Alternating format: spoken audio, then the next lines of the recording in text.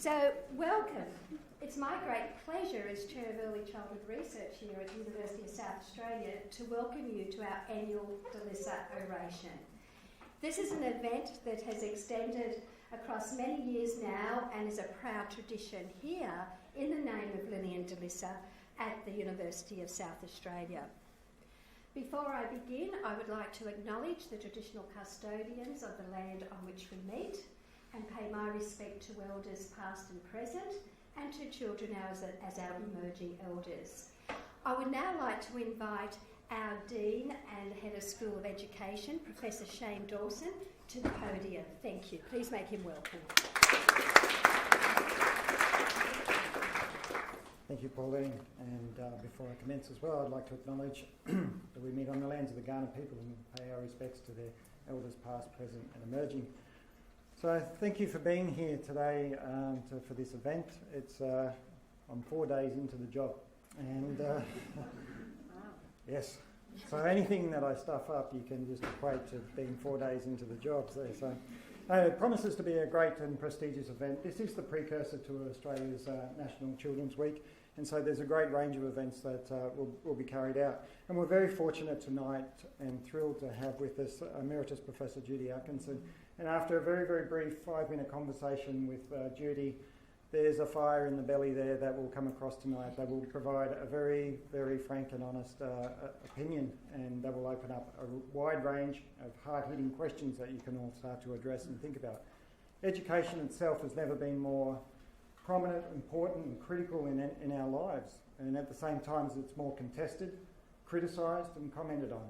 And it's venues like this that allow us to come together and start to unpack those, to forge a way forward that can provide some sensibilities in some areas and listen to experts on their views and take heed and also start to have our own debates. So thank you very much, Professor, for coming tonight. We also have a book launch, which is the Building Stronger Communities with Children and Families. And again, chatting with Carl very briefly, it's an area that I have to get involved in, but from my own research, we do a lot on systems and networks. And just having an integrated approach is always critical. If you're going to solve complex problems, you cannot do it alone. You need an integrated approach, and this book promises to start to unpack, again, through the very brief table of contents book that I'd like to read. We'll start to address some of those issues there. So I'll hand over, we also have, following the book launch, we have a brief video and 2 brief talks by President Joan Gilbert, President of the South Australian Branch of Early Childhood Australia. Thank you. And Dr. Lynn Arnold as well to give a brief talk there. I'll hand back over to our MC Pauline Harris to get things underway, and thank you very much for tonight.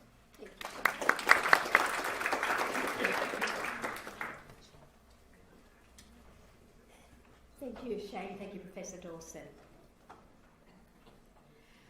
I'd like to extend a special welcome this evening to our esteemed guests, Emeritus Professor Judy Atkinson, Joan Gilbert, our President of the South Australian Branch of Early Childhood Australia, Lynn Arnold, who I will introduce more fully when it comes your time to talk, and Carl Braddock, the editor of the book that we are delighted to be launching today. I'd also like to take a moment to thank the people behind the scenes without whom evenings like this simply would not be possible.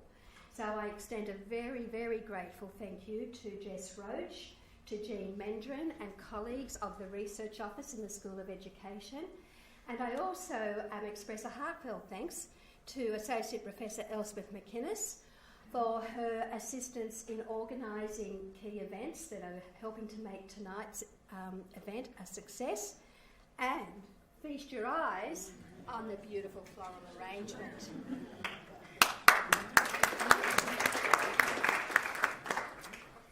As many of you know, the Lissa Oration, as I said earlier, is an annual event, and it carries with it themes of Children's Week. And traditionally, the Oration is held a week before Children's Week to launch the events of Australia's national and very special week for and on behalf of children. Typically, the Oration ties in with children's rights, and this evening's and the Children's Week theme on children's rights for 2019 is the United Nations Convention on the Rights of the Child, Article 24, children have the right to good quality health care, clean water, nutritious food, and a clean environment so they will stay healthy. There are many ways that we can ensure children do stay healthy. And one of those ways is by building stronger communities. And that, coincidentally or not, I don't think so, it's coincidental, is the theme of the book that we are delighted to be launching in conjunction with our Lissa Oration tonight. Building Stronger Communities with and for Children and Families is a significant publication. It has moved into its second edition, which shows extraordinary uptake with an engagement with the important messages that its rich range of chapters provides us all who are working with and on behalf of children and their families and communities. To launch the book, we have a short video followed by 2 brief talks by 2 speakers who have agreed kindly to talk to the book, and I'll be introducing them formally a little bit later on. But for now, Carl Brennick, the editor of this wonderful publication, might I invite you to the podium to introduce the video that you are going to show us that will put us all into the moving picture of building stronger communities. Thank you, Carl.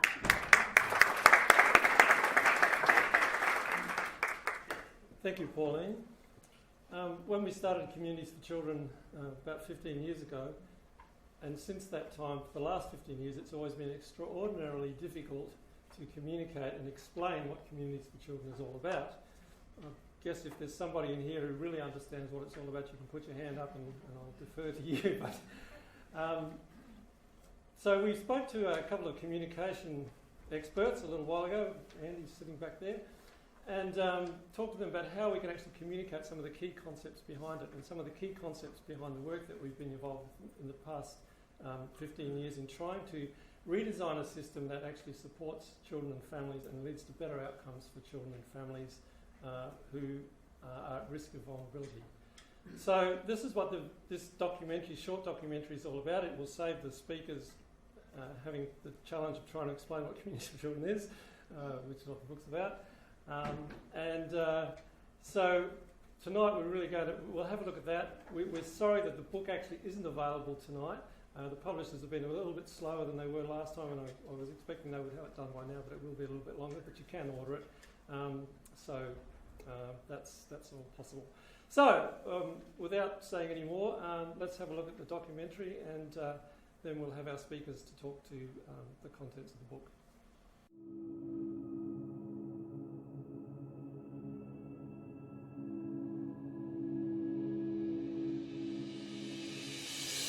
Stop. This is what Salisbury Communities for Children is committed to and what we're working towards. Communities where people are supported, empowered and resilient. Ultimately, our vision is for communities to become villages of people helping each other. Friends, families and neighbours equipped and empowered to support each other without always having to rely on a service. Most of the abilities and behaviours we have as adults get hardwired into our brains in the first 1,000 days or 3 years of our lives. What we experience in early childhood sets the pattern for the rest of our lives. This has huge implications. If we want to see transformation in communities at risk, it's so important that parents get all the support they possibly can in the first 3 years of their children's lives.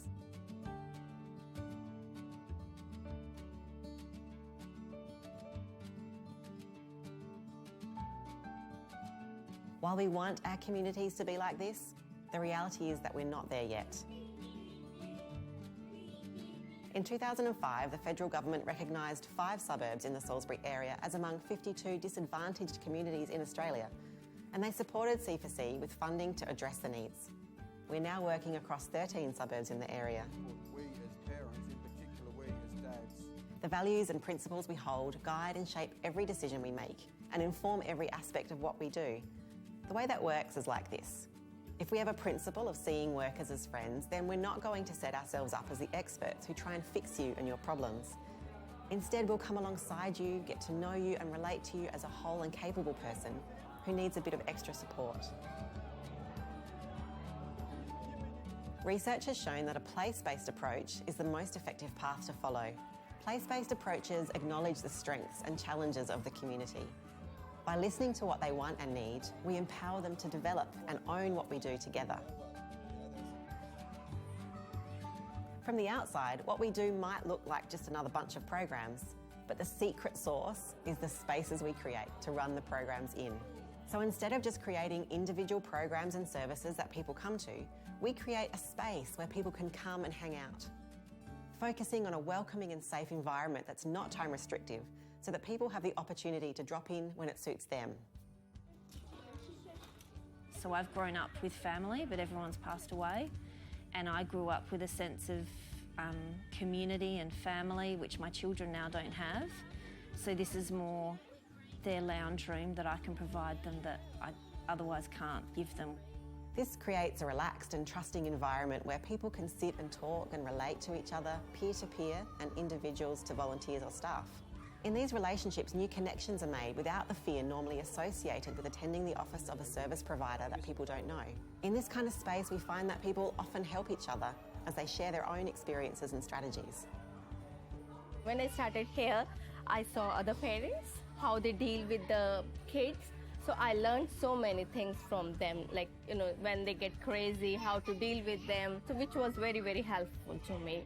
Through the relationships developed amongst community members and staff, people learn about other support that is available to them. So the challenge of going from one service to another with a new set of strangers and having to develop trust all over again is minimised through the relationships already developed.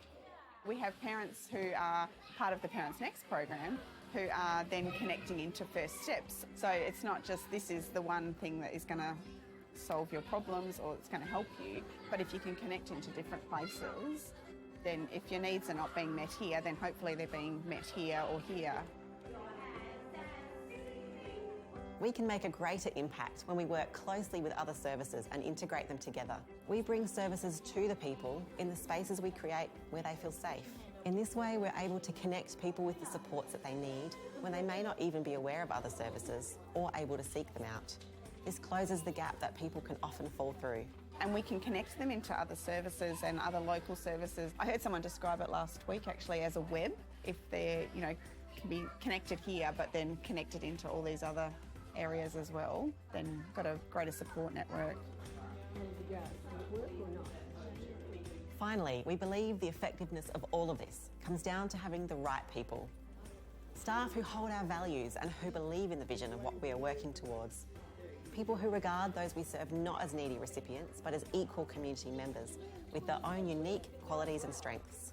We've got a lot of volunteers. Some of them here are actually parents that have had their children through the program and then they obviously believe in it and have loved it so much then their children have gone off to school, they've come back to volunteer, which speaks volumes about how the program actually works and how encouraging and what a great environment it is for people.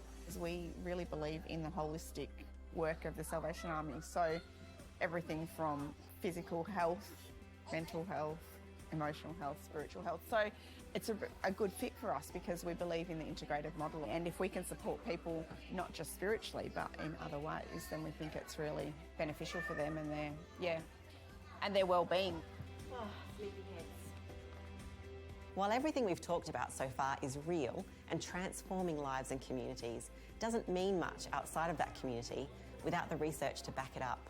We think it's critical to know where we've started from and how far we've come. And we believe in having measurable data that affirms the personal stories.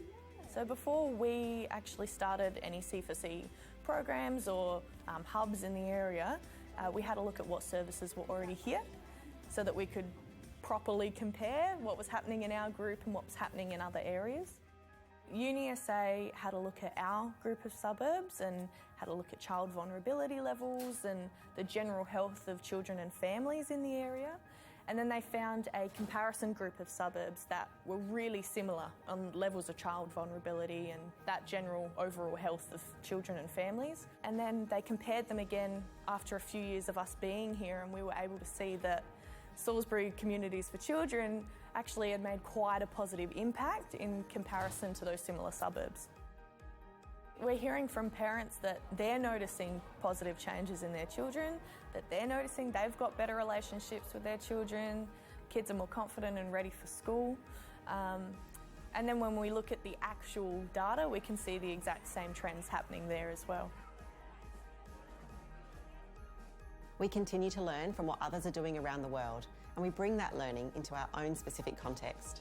And because we know that early childhood is the most valuable time to invest in a person's life, we want to learn from those who make that investment. We're also contributing to the conversation through conferences and the resources we publish. Since 2005, we've experienced just how much of a positive impact this place-based, people-led approach has had on individuals, families, and whole communities. In this short amount of time, we've brought communities in crisis towards a healthier place. But we haven't reached sustainability yet. We've only just scratched the surface. There's so much more to be done, and we see and are working towards the long-term vision of building resilient and empowered communities together.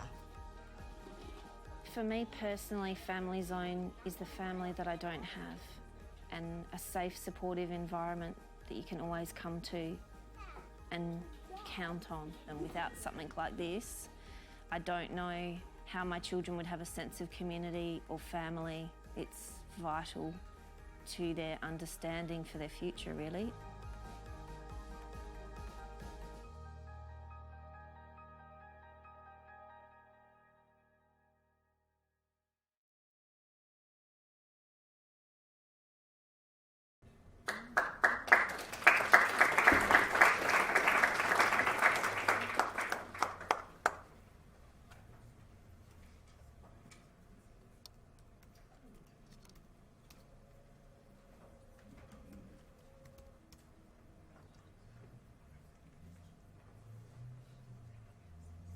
Congratulations, Carl and the authors that have contributed to building stronger communities for outstanding work, beautifully encapsulated in the video we've just seen. It just leaves me wanting to know more and to read more about that and to engage in conversation and dialogue with you about this work. I would now like to invite Joan Gilbert to this podium to talk to building stronger communities.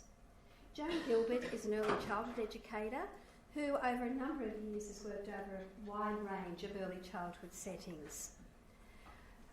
Consistent across her work is her strong belief that each child should be viewed within the context of their family and community. And she has the firm belief that children flourish when there is cohesion between their home and community settings and their early childhood education and care settings. Currently, Joan is Director of Education and Care at Cafe Enfield Children's Centre. Lucky you. I know it's hard work too, but you are doing tremendous work there, so thank you for that. And Joan also holds the position of President of the South Australian branch of Early Childhood Australia. Would you please make her feel welcome? Thank you.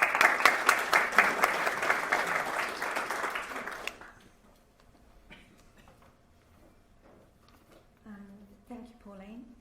I'd like to take this opportunity to acknowledge that we are on the meeting on the land of the Kaurna people and acknowledge past and present leaders of the Kaurna people, and to recognise that they have been educators for thousands of years on this land, and as an educator I continue that education alongside of my Kaurna colleagues. This book, Building Stronger Communities for Children and Families, provides service providers and practitioners with information to become stronger advocates and to become more political. I just will change the page. Sorry about that.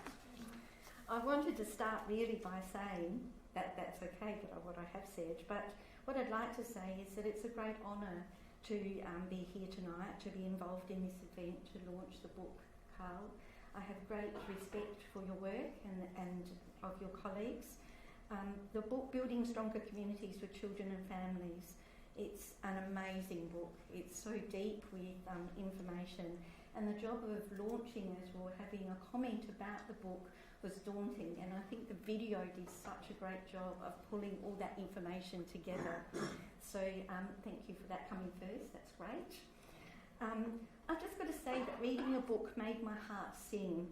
The book both challenges and inspires thinking around the possibilities for the child, family and communities. I believe parents strive to provide the best for their child. However, there are times when this is tough and it's a struggle for all parents. And in today's communities, as was in the video highlighted quite beautifully, there are increasingly more families who, due to demographic, social change, who don't have that soft landing space where of a close network of family and or friends when things are not going so well. Things like unemployment, mental health concerns, when alcohol or substance abuse is out of control, or when a poor choice of a partner leads to family violence, or a post on social media in a heated moment causes all kinds of struggles within the community, when finances are out of control, or any of the other many circumstances in life where the rug has been pulled from beneath the family. And having a person to go and talk to is crucial in times like that, to bounce ideas off, to work it out. Children, along with their families, are in the middle of these struggles, and the neuroscience development research emphasises that the early daily environment shapes the child's biological pathways, and that this sets life trajectories for physical, mental health, learning and behaviour. Fortunately, there has been an increase on raising support for families with young children that focuses on wellbeing programs, and it's seen as being important to assist children's ability to cope with social, emotional and behaviour demands. And parents too, as again on the video talking about going and having a chat about that. This is what's happening with my child. What do you think about that? What are some of the possibilities, as well as having those professionals around as well? So there are many topics that have been raised in the book, and they present current research and share examples of practice written by a team of researchers. There are questions about the provision of services, the how, and Carl reports that there's been much debate about recording the efficacy of targeted or universal programs. Both are important in providing support and bringing about change. It is widely recognised that universal programs provide spaces for families without the stigmatisation that results from purely targeted programs. The gateway is open for all, whereas targeted programs may carry a view of distrust based on previous experience. Universal programs provide community meeting places to strengthen the social network of children and families and provide learning and skill development opportunities, information and encouragement, a place where neighbourhood connections and friendships can be formed. Further to this conversation is how we reach out to all families, getting the word out there about services and programs. In this changing world, it's thought is needed to how we do this. As practitioners working with families, we need to be open to try different options. I don't need to tell you that technology, social media is significant media in our world today. And Chapter 2 discusses how it plays a major role in distributing information both formally and informally. This huge topic with many benefits and pitfalls, what is apparent is that the media can be used to break through barriers to reach today's parents, to inform them of the services, the ideas and the programs that are open to all, possibly opening pathways for face-to-face relationships. When programs are running really well, like the programs that were demonstrated in the video, word of mouth is often a great draw.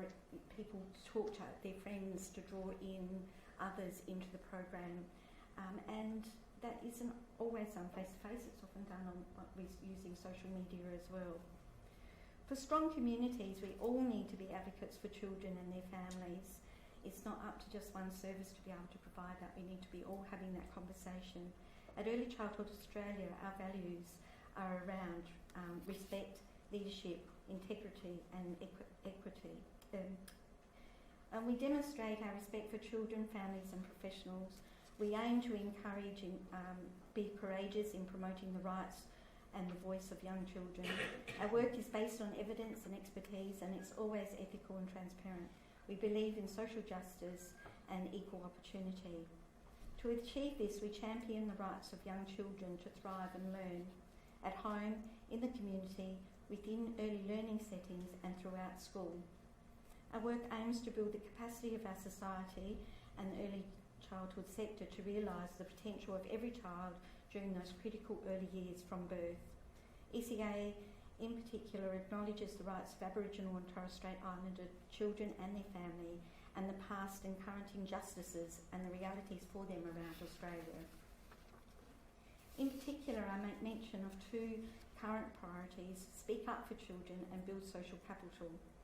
ECA members are encouraged to be a strong voice for young children and their family, representing their rights and interest in public policy and public funding debates, committing to promoting the rights and the well-being of young children, supporting consultation and research with young children and their families, and providing informed evidence-based guidance on areas of complexity or challenge in nurturing and educating young children. By working collaboratively to build social capital in which all young children can thrive and benefit from Australia's future prosperity, working in partnership with other organisations to enhance public understanding of the importance of the early years and quality education, working with agencies such as SNAPE, Voice for Our Children and Reconciliation Australia to improve outcomes for Aboriginal and Torres Strait Islander children, promoting reconciliation, highlighting systemic disadvantage and advocating for improvement in policy and programs. Build and promote evidence base for enhancing social and emotional well-being across the lifespan through investment in the early years.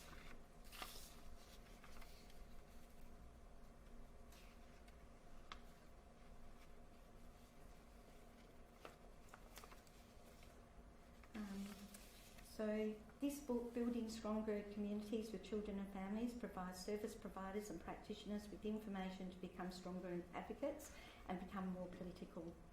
We all need to speak up to share the work that is needed to educate our communities, and by this I mean educate by collaborating, listening and speaking, to exchange ideas respectfully and ensuring that learning is reciprocal to develop ownership, identity and definition for the future.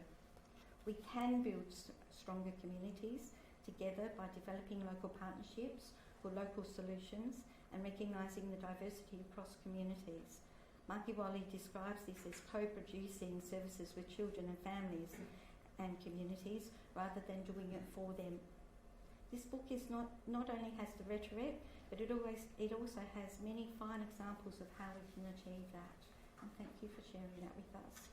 Well done, and I wish you every success with this publication and your future work. Thank you.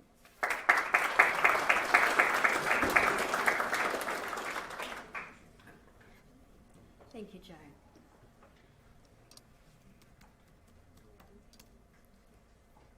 Thank you very much, Joan, for your insights into building stronger communities. I would now like to ask Lynn Arnold, AO, to the lectern. Lynn Arnold is known to many of us. He is an assistant priest at St Peter's Anglican Cathedral and a reader public theology at St Barnabas Theological College. Lynn chairs the board of the Don Dunstan Foundation and is on the Public Affairs Commission of the Anglican Church of Australia. As if that's not enough, there's more. Lynn is a Reconciliation Ambassador for Reconciliation South Australia. He is a Goodwill Ambassador for Sustainable Development Goals for the United Nations Association. He is Justice Advocate for Second Chances, really important, as well as being a patron for a number of organisations. Previously, Lynn had senior leadership roles in World Vision and Anglicare South Australia. And prior to this involvement in community service organisations, Lynn served in the South Australian Parliament for 15 years, which included over 11 years as a member of Cabinet, including a 15-month stint as Premier, well done, and ministerial appointments in the education and children's services portfolios. Before that, in the 1970s, Lynn served as an advisory teacher for 2 years on the Health Education Project team. And just on a personal note, I'm told that Lynn is married to Elaine. They have 5 children, and at most recent count, 5 grandchildren. Would you please welcome Lynn to her stage?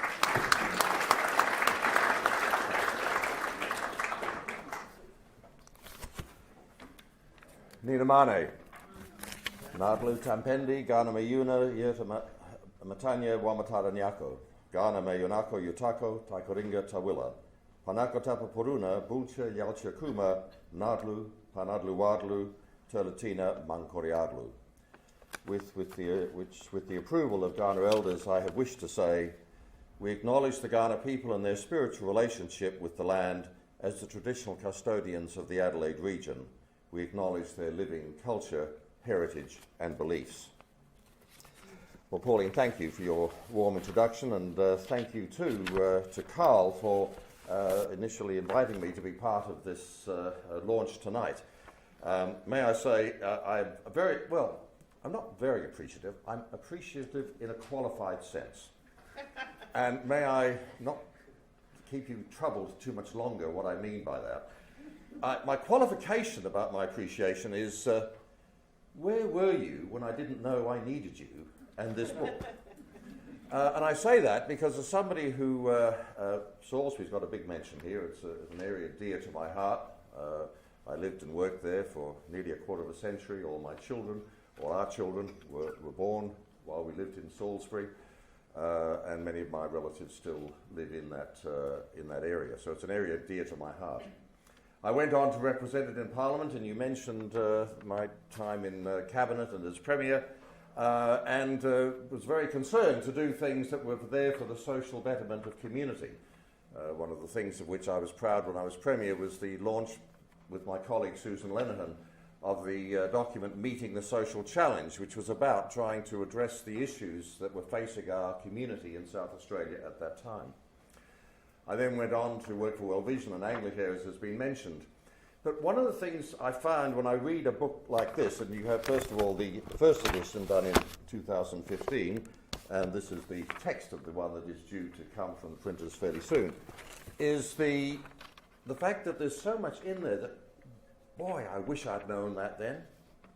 I wish as I was going through looking at programs and in community that I'd understood the importance of some of these issues that are there, the way in fact in which collaboration is so important, the way in fact in which empowerment is so critically important, the way in fact that moving away from silos is so important. By the way, may I just say, I thought that video was fabulous. It encapsulated so much of the very principles that should be involved in community development, community empowerment work, and which, may I say, if you haven't read the first book, is certainly in that, and certainly in the second book that is being launched here tonight.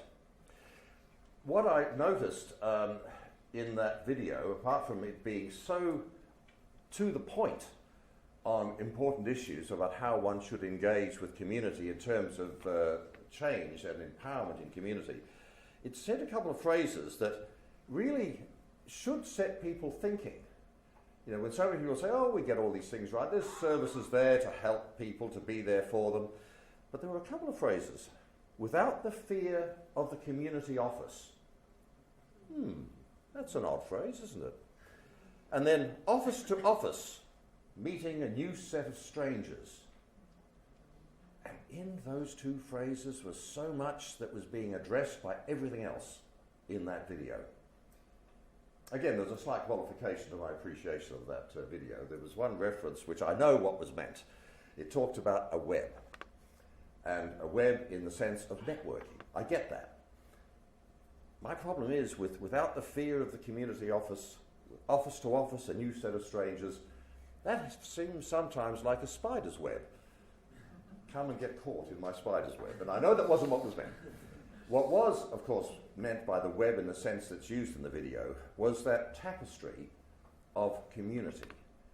That tapestry that brings together, and again a phrase from the video, unique qualities and strengths. And that is not just unique qualities and strengths of those doing the service. It is the unique qualities and strength of the community with whom we have, from time to time in our lives, been invited to have the privilege to work. And so that is the richness of the video, it's the richness of this book, that it explores that, and it does so in very evidence-based ways. I've been very impressed that this is not just making simple statements of rhetoric that sound warm and good, but to actually test them. You saw the graphic there between the two comparison areas. That really shows you just how much that worked. But it goes into much more depth in a much wider set of examples in this book, and that's so important.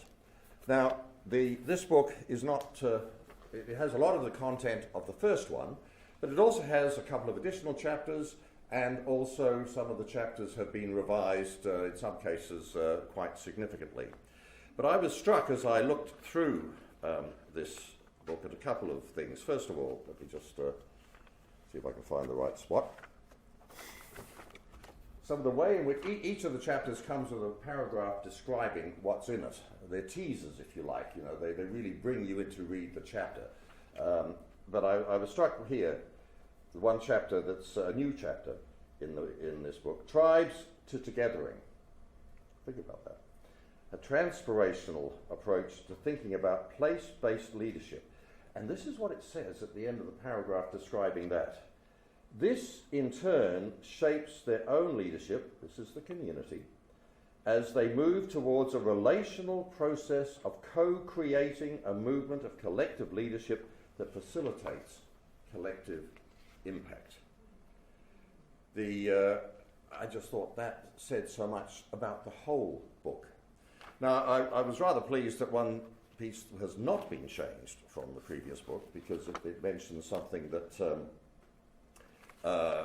Anglicare was involved with when I was in Anglicare, or just after I left Anglicare, and it's the Playford Communities for Children Plus. And I can remember I left Anglicare in 2012, but just before I did so, we had started to be involved in Communities for Children Plus, which was sort of Mark II in some ways of Communities for Children, but had some other differences too.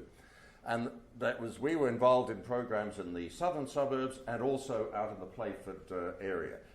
And when that was brought to my attention, I thought, yes, the sort of thing I had encountered overseas when I worked with World Vision, where they are involved, as other international agencies are, in working with communities, not for them, in being co-working, co-governing, co-leading with these communities. I saw in CFC, in Communities for Children, and particularly Communities for Children Plus, and I thought, this is wonderful. Why wasn't that there when I was in government? Why wasn't that there when I was living in the area that I lived and worked in for 25 years? Okay, but now it is, and that's wonderful. But the reference that struck me that appears in both editions, it makes reference to the Playford CFC, which we'd started to be involved in when I was at Anglicare before I left. This initiative attracts and engages families through understanding the local context and working with families to co-design the methodology and take ownership of the mode of delivery. That's the spirit of all the work that is represented within this book. And it is the spirit that I encourage you to pick up, and I know indeed the very fact that you're here, and thank you, Joan, for your comments, because you've summed up exactly what early childhood is focusing on and has for a long time. The fact that we're here for the Lissa Oration after Lily and Lissa, and the internationally pioneering work she did to pick up those principles is now being picked up so very, very much more. So thank you, Carl, for inviting me. Thank you all. I'm so looking forward to hearing you, Judy, in a moment. But may I commend this book to you. It's a pity it's not available here tonight, but pick up Carl's comment that you can get it online, and I certainly hope you do so. It's a pleasure to be invited to be part of the launch of it. Thank you.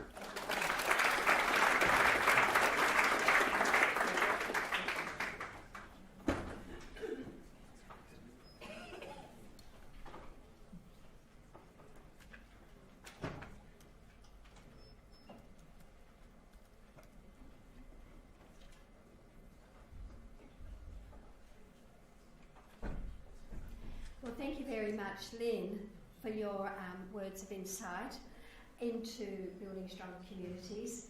And yes, I can relate to where was that when we needed it, but the fact is we have it now, and it is a tremendous contribution that it's going to continue to make. So thank you to Carl and to all the authors who have been involved in contributing to this significant edited collection, including early childhood colleagues here in the School of Education, and as I understand it, that includes Victoria Whitington and Elspeth McInnes and Leslie Ann I and Alexandra Diamond. I hope I haven't missed any of our colleagues out there, but that is a tremendous achievement to be part of such a significant publication.